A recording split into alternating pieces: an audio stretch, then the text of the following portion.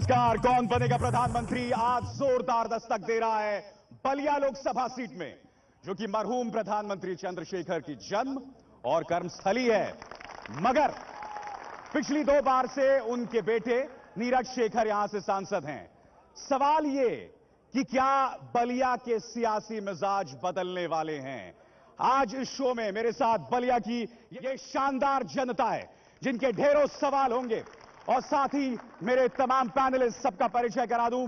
Samajwadi party की तरफ से राणा सिंह, कांग्रेस की तरफ से विजय मिश्रा, आम आदमी पार्टी की तरफ से कर्नल भरत सिंह, बसपा की तरफ से अनिल राय, बीएसपी की तरफ से अनिल राय। हमें इंतजार है बीजेपी के कैंडिडेट भरत सिंह का, उनसे भी बात करेंगे। मगर आइए उससे पहले देखते हैं कि सियासी निगाह से आखिर बलिया क्यों अहमियत रखता है। यदि देश का बीमारी यदि कोरोना, गरीबी, बेरोजगारी ऐसे कुछ ठीक करना चाहत हुआ तो जैसे कपार का बीमारी ठीक करे बदे एनासीन, बुखार शरीर का ठीक करे बदे क्रोसिन तो लेना, वैसे ही हमें के मोदीसीन तैयार कर ले दवाई। बलिया में प्रचार करने पहुंचे बीजेपी अध्यक्ष राजनाथ सिंह ने मोदी को देश बचाने की दवा बता दिया। लेकिन सवाल ये कि क्या बलिया की सीट बीजेपी को दिला पाएगी मोदी सीट? सवाल इसलिए क्योंकि पूर्व प्रधानमंत्री चंद्रशेखर के लोकसभा क्षेत्र के नाम से मशहूर है बलिया की सीट। इस सीट पर 1984 को छोड़ दे तो 1977 के बाद से लगातार चंद्रशेखर का कब्जा रहा है। 2007 में चंद्रशेखर के निधन के बाद से उनके बेटे नीरज शेखर जीत रहे हैं। ऐसे में मोदी सीट कितना काम करेगी, ये बड़ा सवाल है। जहां तक इस चुनाव का सवाल है तो इस बार भी नीरज शेखर समाजवादी पार्टी के उम्मीदवार हैं। बीजेपी ने भरत सिंह को उम्मीदवार बनाया है तो कांग्रेस से सुधा राय मैदान में है। बीएसपी ने वीरेंद्र कुमार पाठक को टिकट दिया है तो बाहुबली मुख्तार अंसारी के भाई अफजाल अंसारी कौमी एकता दल के उम्मीदवार हैं। आम आदमी पार्टी ने रिटायर्ड कर्नल भरत सिंह को टिकट दिया है। बलिया के वोटर आखिरी चरण यानी 12 मई को वोट डालेंगे।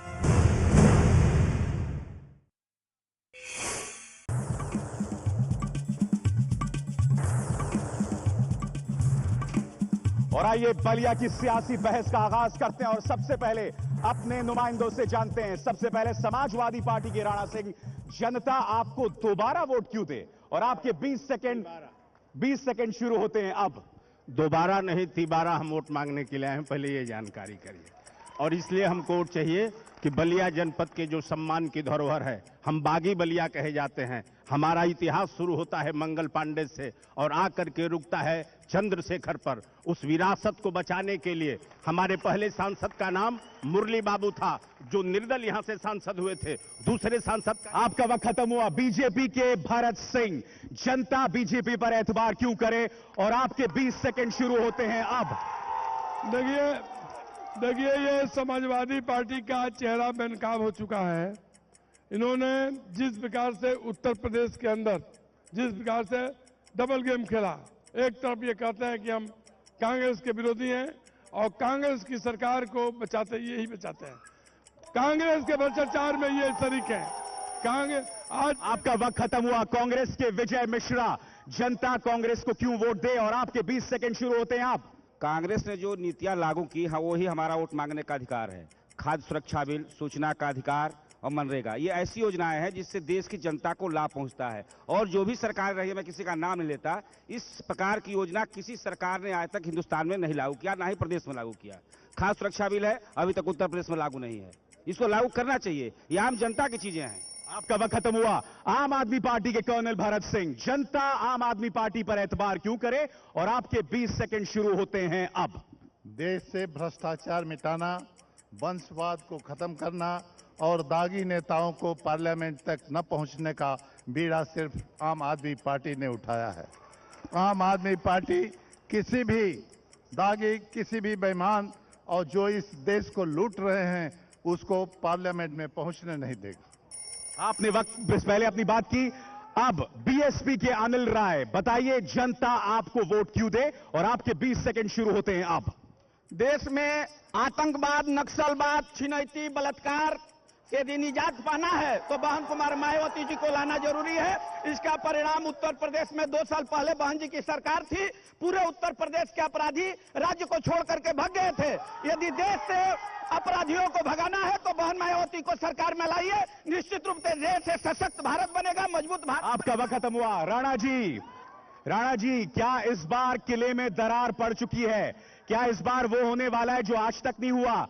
आपका जो ठाकुर है वो बट रहा है। अफजाल अंसारी की वजह से मुसलमान आपको समर्थन नहीं देगा। क्या इस बार नीरज शेखर की रुखसती होने वाली है? बलिया के ठाकुर को आप नहीं पहचानते हैं। बलिया का ठाकुर इस बात को जानता है, अगर ठाकुर जाति पर बात की जाए, कि चंद्रशेखर के सम्मान को बचाने के लिए उनके बेटा और एक सफल सांसद नीरज। क्या सिर्फ सम्मान की बात है? काम कहां है, विकास कहां है? विकास के बारे में अगर हमसे आप जानना चाहेंगे, सड़क बनवाने का काम हमने किया है, सबसे बड़े पुल को बनवाने का काम हमने किया है, मॉडल रेलवे स्टेशन बनाने का काम हमने किया है। बलिया में तो रामराज है। देखिए, बलिया में कानून व्यवस्था की कोई स्थिति नहीं है। बलिया की सड़कें जर्जर है। मैं आपसे कहना चाहता हूं कि ये लोकल जो सिटिंग सांसद 7 वर्षों में कभी लोकसभा में जबान नहीं खोले, जनता की आवाज को बुलंद नहीं किए, और इसलिए आज देश में मोदी जी का कोई विकल्प नहीं है। आपके पास भी सिवाय मोदी के कुछ नहीं है। सवाल है, नारा क्या है? क्या मोदी नारा है? मैं बीएचयू का प्रेसिडेंट रहा हूं, मैंने दोबा विधानसभा क्षेत्र में काम किया है और मैं सेवा किया है। सवाल ये, कांग्रेस से तो लोग ऊब चुके हैं, नाराजगी है कांग्रेस। जहां तक आप विकास की बात कर रहे हैं, विकास केवल यहां 35 सालों में 5 साल कांग्रेस के सांसद रहे जगन्नाथ चौधरी जी, और जगन्नाथ चौधरी जी के रिजीम में जितना विकास कार्य बलिया में हुआ वो आज तक 50 सालों में किसी के सांसद काल में नहीं हुआ है। ये इसको आप प्रमाण देख सकते हैं। बलिया का ओवर ब्रिज है, जयप्रभा सेतु है, कृषि अनुसंधान केंद्र है, बड़ी लाइन है, ये सब कांग्रेस जगन्नाथ चौधरी। सवाल ये, बलिया अभी भी विकास से दूर क्यों है, महरूम क्यों है? बलिया इसलिए विकास से दूर है कि यहाँ के नेता जो भी ऊपर से धन आता है वो लूट करके अपना पेट भरते हैं। बलिया के विकास में जो सड़कों को बनाया जाता है उसमें बंदरबाट होती है। एक ही सड़क पर 3-3 बार 4-4 बार पेमेंट होता है। मनरेगा में जो पैसा आता है वो लूट लिया जाता है। सवाल ये, ऐसे में क्या आपको लगता है इस बार जनता चंद्रशेखर जी की विरासत को एक तरफ रख के विकल्प को चुनने की मूड में है? एकदम मूड में है।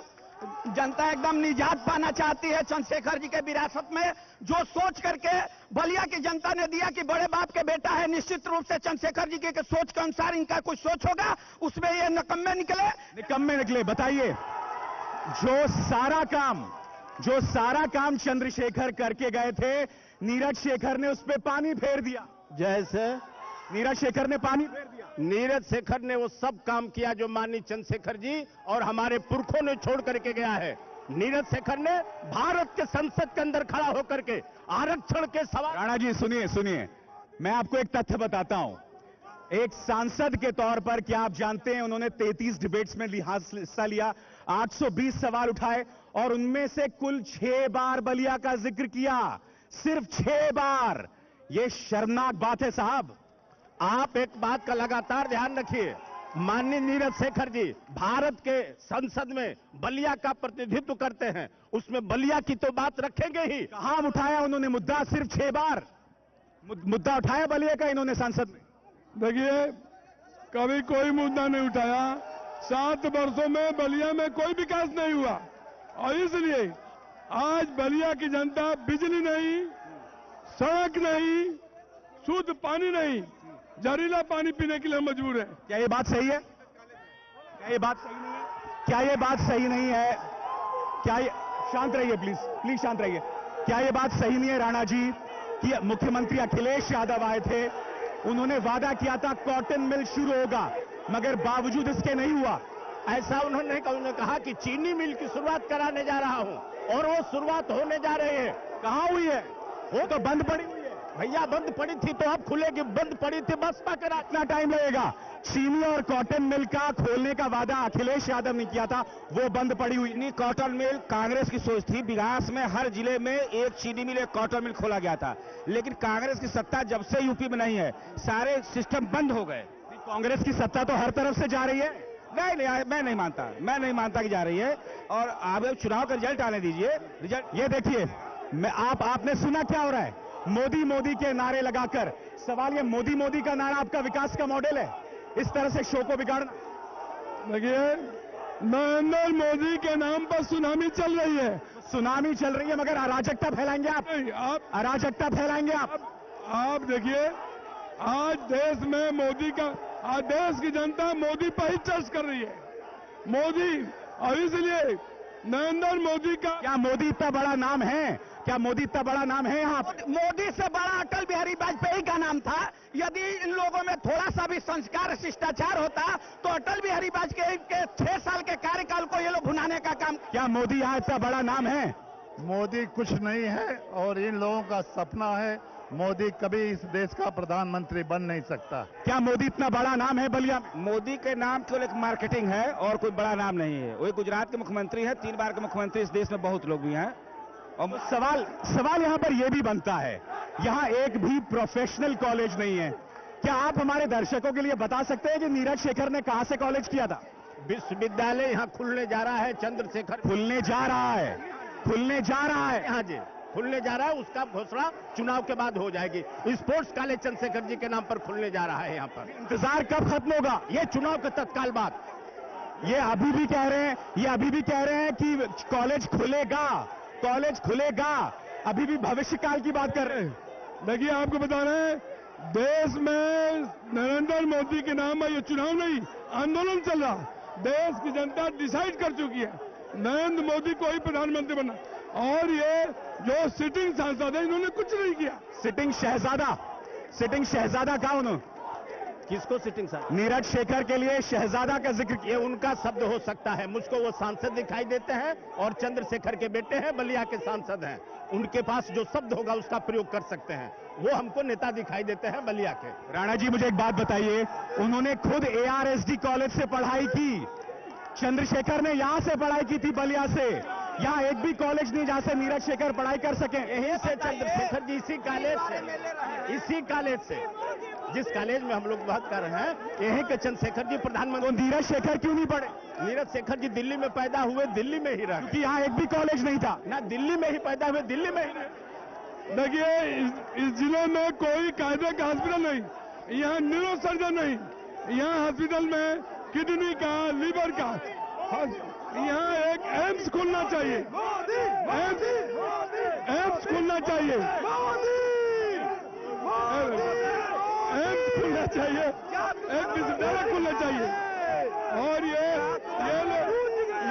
समाजवादी पार्टी। अब 2 पार्टी के लोगों की स्थिति आप देख रहे हैं, इसमें क्या स्वस्थ बहस होगी या बहस इसमें क्या हो सकती है? यहाँ का कोई नेता डेवलपमेंट की बात करता नहीं। सवाल ये है कि क्या बलिया क्या इस रूप में अपने चुनाव का, अपने हक का अख्तियार करेगी, अपने हक का इस्तेमाल करेगी? ये बलिया में जो लोग कि ठेकेदारी में पैसा लेकर के बलिया में आए हुए धन को बर्बाद। आम आदमी पार्टी कैसे बेहतर विकल्प दे सकती है जनता को?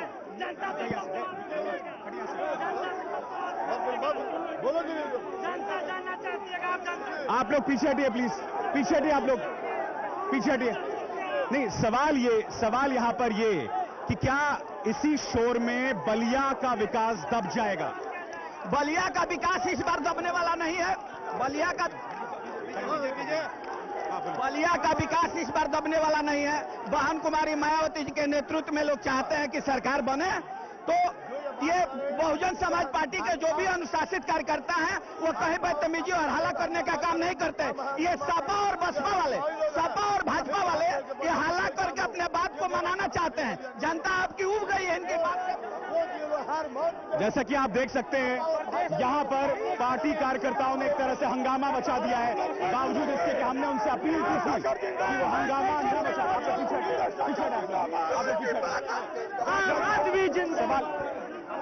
राणा जी, क्या ये सियासत का रंग होगा? क्या इस तरह का हुड़दंग, क्या ये बलिया, क्या ये उत्तर प्रदेश का भविष्य है? भैया, ये जहां भी मोदी जाएंगे, इस देश के जिस कोने में मोदी जाएंगे, यही रूप बनाएंगे। इसके अलावा मोदी का कोई रूप ही नहीं है। मोदी इसके अलावा इस देश में कुछ नहीं कर सकता। दंगा, फसाद, अत्याचार, इसके अलावा मोदी के पास और भाजपा के पास कोई काम नहीं। सवाल ये, यहाँ पर बीजेपी के प्रत्याशी थे, वो भी अब यहाँ नहीं रहे, हम उनसे सवाल पूछते। सवाल नहीं, आप पीछे हटिए, आप पीछे हटिए। नहीं तो ऐसे में जो सियासत चल रही है, क्या कांग्रेस खुद को अलग थलग पाती है? ऐसा नहीं, अलग थलग नहीं है। अब आप चुनाव, यहाँ लोगों का माहौल आप देख रहे हैं। जो भी लोग हैं केवल हृदयंगम में विश्वास करते हैं। हम लोग बीच में जाते हैं, काम करते हैं, जो जनता का निर्णय होगा हमारा स्वीकार होगा। नहीं तो राणा जी सवाल ये कि आप नहीं मानेंगे कि इस बार धीरे धीरे आपका साथ, जो जातियां जो आपके साथ थी, मसलन ठाकुर वो छिटक रहे हैं, मुसलमान छिटक रहे हैं, ब्राह्मण वो आपके साथ नहीं है, क्या ये डर नहीं है आपको? भैया बलिया जनपद का नागरिक और बलिया जनपद का मतदाता न जाति में बटा है, न धर्म में बटा है। आपकी इस बात का कोई विश्वास नहीं करेगा। उत्तर प्रदेश में जाति के आधार पर वोट बढ़ता है, या आप इनकार नहीं करेंगे? देश के किसी भी कोने में क्या होता है, बलिया में चंद्रशेखर और जयप्रकाश के नाम पर वोट पड़ता है, उनके सम्मान को। सवाल ये अनिल राय जी, क्या जाति के आधार पर वोट पड़ रहा है? क्योंकि पाठक साहब आपके प्रत्याशी एक ब्राह्मण है, बामसेफ से साथ उन्हें मिल रहा है, क्या इस बार भी जाति ही तय करेगी कि कौन चुनकर आएगा? हर जात के लोग, ब्राह्मण और हमारे दलित जो हैं वो तो हमारे साथ ही है। हर जात के लोग 10%, 5%, क्योंकि बहुजन समाज पार्टी भाईचारा बना करके चलती है और भाईचारा पर विश्वास रखती है। सर्व समाज के लोग हमारे दल में है, सर्व समाज के लोग हमारे साथ चल रहे हैं। क्या सर्व समाज के लोग आपके साथ आएंगे? एकदम आएंगे। सर्व समाज के लोग, हम भूमिहार समाज से हैं, टुंजी पाठक के साथ हैं। भूमिहार समाज के लोग टुंजी पाठक से जुड़े हैं। ठाकुर समाज के लोग हमारे साथ हैं, वो टुंजी पाठक से जुड़े हैं। क्या आपको लगता है,